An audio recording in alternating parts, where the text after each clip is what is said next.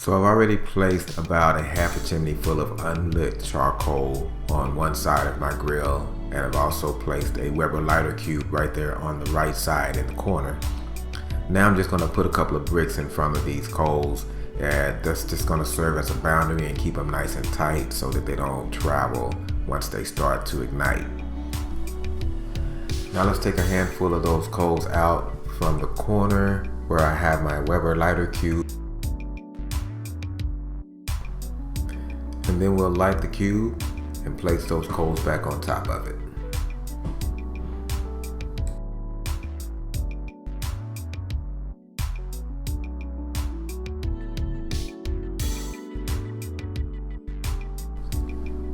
Now because this is a low and slow cook, we are going to be using a water pan today. The main purpose of a water pan is basically to keep the environment inside of the grill nice and moist. You have to remember when you're cooking low and slow that your meat is just sitting there on the grates over a long period of time, so it's easy for it to dry out. A water pan helps avoid that. We're going to be adding hot water to this pan later, and I'll explain to you why we use hot water when we get to that point. While the water is coming to a boil, let's go ahead and get some wood chunks on top of the coals. We're using apple wood today. So let's just get some on the coals, and again, as the coals gradually light, as they gradually travel from right to left across the grill, those wood chunks will also gradually light, so we'll have a nice constant stream of smoke for the entire cook.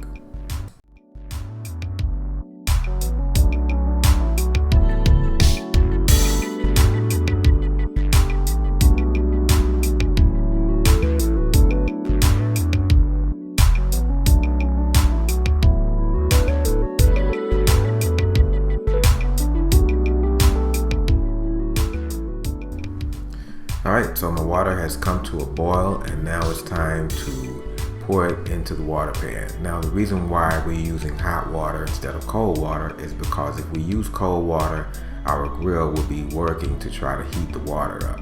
If it's already hot, then our coals don't have to do that work, and it can concentrate on just keeping everything nice and moist inside of the smoker.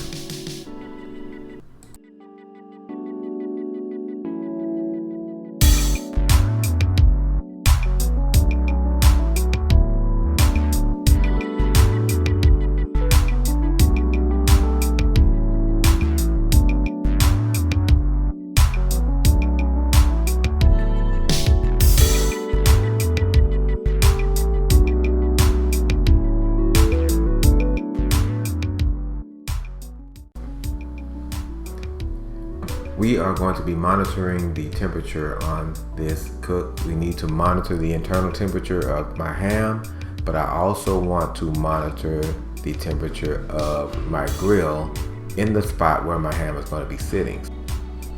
So right now I am placing my thermometer in the grill where my ham will be sitting.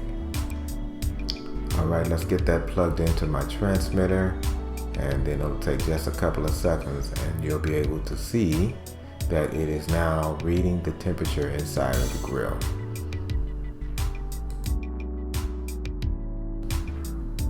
Back inside, I'm just going to transfer my ham over to this cooling rack, and that's how I'm going to transfer it onto the grill. I'm actually going to leave it on that the whole time because it just makes it easier to move around.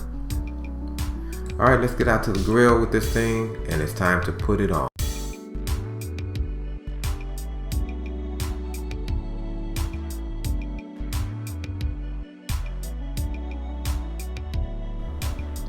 So I'm placing my ham on the opposite side of the coals, still on the cooling rack, right over the water pan. Now of course, after I placed my ham, I needed to readjust the location of my thermometer. This unit also comes with a second thermometer that you can use to monitor the internal temperature of your meat. I placed that thermometer in the center of my ham off camera. Now let's go ahead and make our glaze, and this time I'm going to be using a whiskey based glaze. Whiskey and brown sugar is what's going in here. Now, anytime you're using whiskey in a glaze, you want to be sure you add whiskey to a cold pan. Do not add whiskey to a hot pan.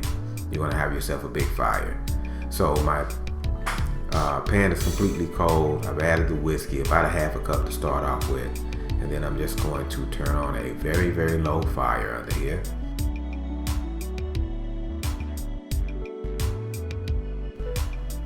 And then to that, I'm going to add about a cup of brown sugar.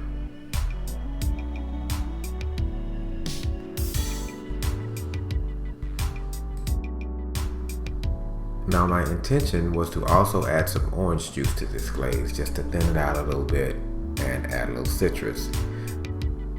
I mean, you can see it's too thick to leave the way it is, right? So I looked, I couldn't find anything, man. Apple cider vinegar, apple juice, couldn't find anything. So I had no choice but to add more whiskey.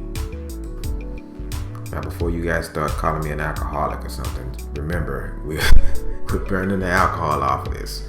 Okay, we're gonna stir this thing and simmer it until all the alcohol burns off. We only want this sweet, smoky maple flavor left behind. Now, if you're wondering how you can tell when the alcohol is gone, just give it a whiff. You will be able to tell if it's still there. And if you're wondering why I'm using a cast iron skillet to make a glaze, it's because all of my saucepans and pots were in use. My wife was inside making all of the sides, so I had to use what I had. But it's still gonna be good though.